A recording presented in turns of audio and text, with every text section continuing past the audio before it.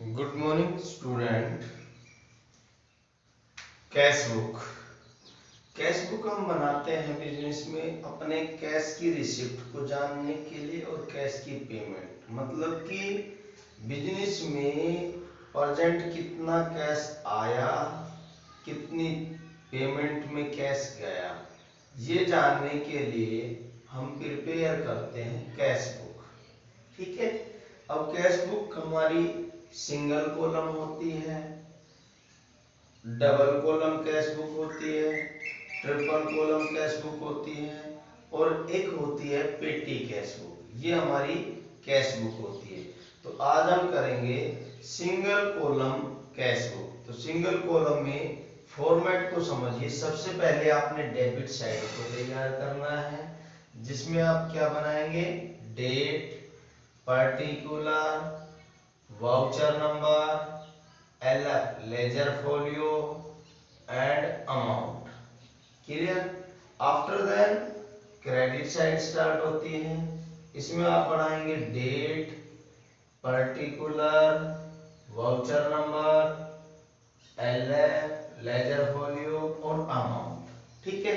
अब cash book जब हम बनाते हैं तो आपने एक ही चीज को ध्यान रखना है कि कैश आया या कैश गया। आया है डेबिट साइड लिखना है, कैश गया है पेमेंट हुई है क्रेडिट साइड लिखना है। समझ में आ गया। और पर्टिकुलर के अंदर आपने दूसरे अकाउंट का नाम लिखना है। हमने जर्नल एंट्री की थी तब दो अकाउंट सेलेक्ट किए थे, तो दो में से यहाँ पे कैश को छोड़ के जो दूसरा अकाउंट होगा उसका नाम हम डालेंगे पर्टिकुलर में। समझ में आ गया। तो यहाँ पे न्यूमेरिकल नंबर फर्स्ट में कह रहा है commence business, start business with cash. तो देखो आपके पास एक अकाउंट कैश है, स्टार्ट के लिए दूसरा अकाउंट क्या है, कैपिटल। अब आपने सोचना है कि बिजनेस में कैश आया या बिजनेस से कैश गया। तो कोई भी कैपिटल आप लोग लगाते हो तो कैश ऑलवेज आता है। कितना लगाया है कैश इसने, 20,000। अब आया है तो 20,000, 20,000 का आप डेबिट में लिखेंगे, लिख दिया। अब कैश में कैश का नाम नहीं लिखना आपने, आपने किसका नाम लिखना है, दूसरे अकाउंट का। और दूसरा अकाउंट क्या है, कैपिटल। ठीक है। अब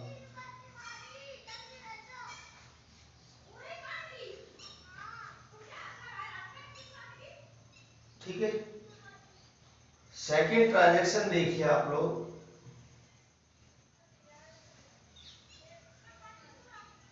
ये कह रहा है परचेज गुड्स फॉर कैश। अब आपने यहां दो अकाउंट सेलेक्ट करने, एक कैश अकाउंट हो गया, एक परचेज। अब आप सोचिए खरीदेंगे तो कैश जाएगा या आएगा। सबको पता खरीदने में कैश जाता है। तो आप इसका अमाउंट, आपके पास 5,000 है, ये आप क्रेडिट में लिख देंगे और नाम दूसरे अकाउंट का आ जाएगा। तो दूसरा अकाउंट यह क्या है, purchase, by purchase account. Date है 2 मार्च। अब ध्यान दें आप लोग,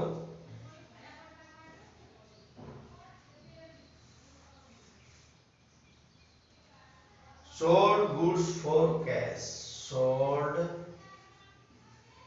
गुड्स फॉर कैश और अमाउंट है 4,000। अमाउंट कितना है हमारा, 4,000। क्लियर। तो यहाँ पे एक सेल अकाउंट हो गया और एक कैश। सिंपल सोचो, आप माल बेच रहे हो, जब आप माल बेचोगे नगद में तो आपके पास रुपया आएगा या जाएगा, सिंपल है।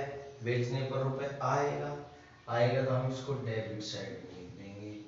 और कैश में कैश का अकाउंट नहीं लिखेंगे, दूसरा अकाउंट क्या है, टू सेल्स अकाउंट। ठीक है, तारीख है 5 मार्च।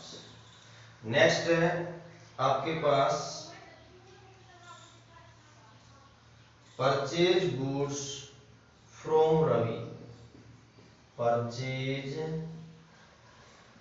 Goods from Ravi. देखो सिंपल सी बात है, आप कैश बुक में केवल और केवल कैश और बैंक से रिलेटेड एंट्री करेंगे।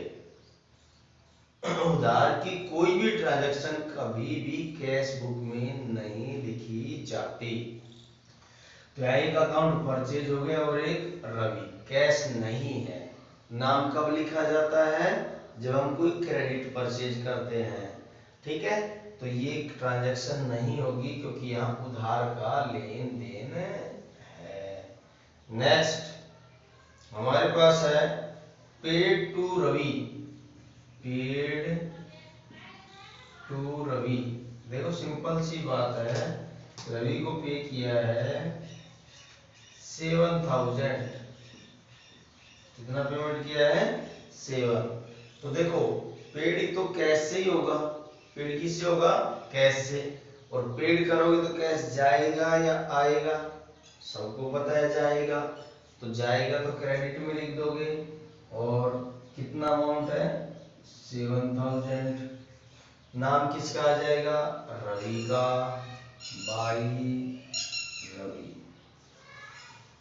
ठीक है, नेक्स्ट आपके पास है कैश से, कैश से मतलब आपने माल बेचा है 8000 का, कैश से। दो अकाउंट हो गए, नगद माल बेचा 8000 रुपए का, तो सेल करोगे तो कैश क्या होगा, आएगा। आएगा तो डेबिट में लिखना है आपने रिसीव के लिए। और दूसरा नाम क्या है, सेल्स। कितना तारीख है, 15 मार्च, इधर 13 मार्च। नेक्स्ट है परचेज फर्नीचर, परचेज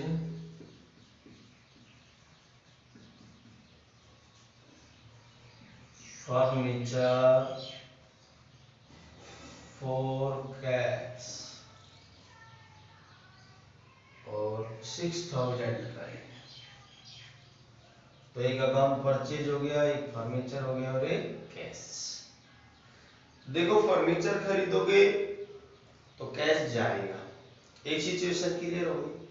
कैश जाएगा तो आप नाम लिख दोगे यहाँ पे 6000। अब दूसरे खाते का नाम तो या तो इसका लिखा जाएगा या फर्नीचर का लिखा जाएगा। तो मैंने बताया था जब कोई फिक्स असेट्स आ जाए, जब कोई फिक्स असेट्स आ जाए तो हम परचेज को क्या करते हैं, हटा देते हैं। यहाँ पे आ जाएगा bye furniture.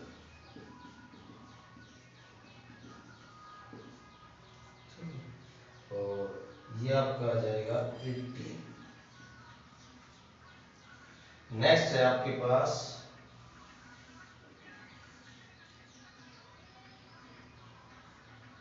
Paid wages, paid wages amount है 380। वेजेस का मतलब आपको मजदूरी भुगतान किया आपने, पेमेंट कर रहे हो तो कैश क्या होगा, जाएगा, तो क्रेडिट होगा ये। और दूसरे अकाउंट का नाम क्या आ जाएगा, वेजेस, बाई वेजेस। ठीक है, तो ये आपका 20 मार्च। नेक्स्ट है पेड रेंट, पेड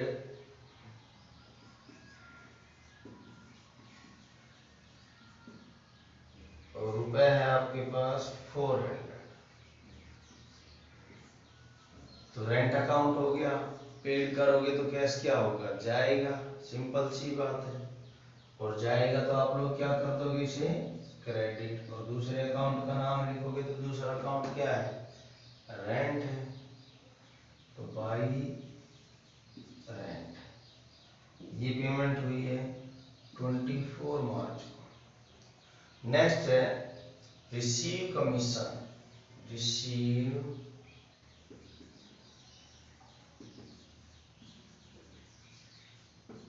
कमीशन कितना है 600। तो भाई कमीशन रिसीव हुआ मतलब कैश ही आएगा, अब रिसीव हुआ है तो आएगा ना कैश, तो 600। और यहाँ क्या लिख दोगे आप लोग टू कमीशन, क्योंकि दूसरा अकाउंट क्या बचा आपका कमीशन, ये 26 मार्च का है। नेक्स्ट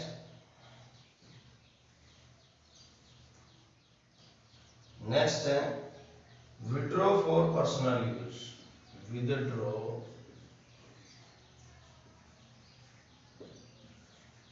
फॉर पर्सनल यूज और 1000। देखो जब पर्सनल यूज के लिए कोई भी कैश निकालता है उसको हम बोलते हैं ड्रॉइंग। क्या बोलते हैं हम उसको ड्रॉइंग। क्लियर। अब जो ड्रॉइंग है कैश निकाला है तो इसका मतलब सिंपल सी बात है बिजनेस से कैश गया है, और बिजनेस से कैश गया है तो क्या करोगे आप लोग इसे क्रेडिट, और यहाँ क्या लिख दोगे दूसरे अकाउंट का नाम क्या पड़ा पर्सनल यूज के लिए ड्रॉइंग, तो बाय ड्रॉइंग। ठीक है, ये हमारा है 28 मार्च का। लास्ट ट्रांजैक्शन देखिए इसकी, पेड सैलरी, पेड सैलरी। ठीक है, तो कितनी पेड कर रहा है 900। तो पेमेंट करोगे तो क्या होगा कैश जाएगा। दूसरा अकाउंट क्या है यहाँ पे बाई सैलरी, और 31 मार्च। ठीक है, अब हमें पता चला कि ये तो हमें रिसीव हुआ और इतनी हमारी पेमेंट हुई, तो बैलेंस कैश हमारे पास कितना होना चाहिए। तो आप बताओगे कि भी आपको रिसीव हुआ 24/30/600। आप बताओगे जी हमारे बिजनेस में हमें कैश मिला था 32,600, उसमें से हमने पेमेंट कर दी, कितनी पेमेंट कर दी 5, 7, 12, 18, 19 और ये 26/80। कितनी पेमेंट कर दी हमने 20 पेमेंट कर दी 26/80, ये पेमेंट कर दी हमने। समझ में आ गई, जो टोटल पेमेंट हुई 26/80। तो हमारे पास बैलेंस कितना है बाई बैलेंस बीडी कितना है, इधर 32 था, आया 32, पेमेंट करा आपने कितना 32,600 में से आपने ये पेमेंट किया, तो आपके पास कितना बच गया 1100 9,020। ठीक है, तो आप कह सकते हो कि बिजनेस के मालिक को ओनर को बता सकते हो कि सर हमने 32,600 रिसीव किया, उसमें से 26/80 पेमेंट किया और ये कैश हमारे पास है। अगर इतना कैश हमारे पास है तो हम सही हैं, अगर कम है तो भी गलत है और ज़्यादा है तो भी गलत है। तो कैश बुक ये काम करती है कैश की रिकॉर्ड का। ठीक है, ओके।